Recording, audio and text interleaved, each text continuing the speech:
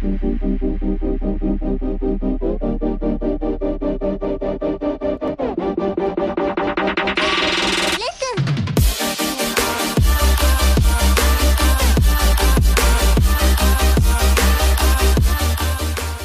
YouTube, this is Alexander, and today I have with me the Pok3r keyboard from Vortex, specifically the Backlight model. So kicking things off with the build, the Pok3r is made of a very premium feeling, not to mention solid metal casing that feels great. The hefty metal casing does add some weight, but that's not a bad thing since it makes it feel extra sturdy, which is nice since you don't want a keyboard that slides around. Plus it does have some rubber strips on the bottom to prevent it from slipping and sliding around the desk while you're using it. Now up top we have the laser engraved ABS keys, which actually feel very nice, especially when typing, but we'll get to that in a bit. This particular Pok3r is sporting the Cherry MX Brown switches, which I have been really enjoying for both typing and some Euro Truck Simulator 2. But let's go ahead and turn our focus to actually using the keyboard. So as you can see, there are no dedicated arrow keys, number pad, nor function row. That's because this is a 10 keyless keyboard, which requires additional key presses to use those functions. Now as someone who is constantly editing videos, I thought this might be a problem, but as it turns out, it isn't. I actually prefer not having those keys since it makes for a much simpler look on my desk. Now typing on here is a very different experience than on a laptop or non-mechanical keyboards. The feeling is very satisfying, especially the sound the keys make when pressed. Now if you've never owned a mechanical keyboard before, even the quieter MX Brown switches will be a pleasantly noisy surprise, but that's sort of part of the whole mechanical keyboard world, is the sound of the keys being pressed. The backlight is also very nice for typing in the dark if you need to reference the keys every now and then. Now is it necessary? Probably not, depending on how bright your monitor is and how far away from the keyboard it is, but it certainly adds some neat aesthetics to your desk during the night. Although if you prefer not to have the backlighting on for some reason, it is easy enough to turn off using the function and X keys. Now speaking of pressing two keys to complete an action, that's something that I've gotten adjusted to doing. Since the usual dedicated keys of a full keyboard are missing, you'll have to press the function key and another key to complete the secondary action of that second key.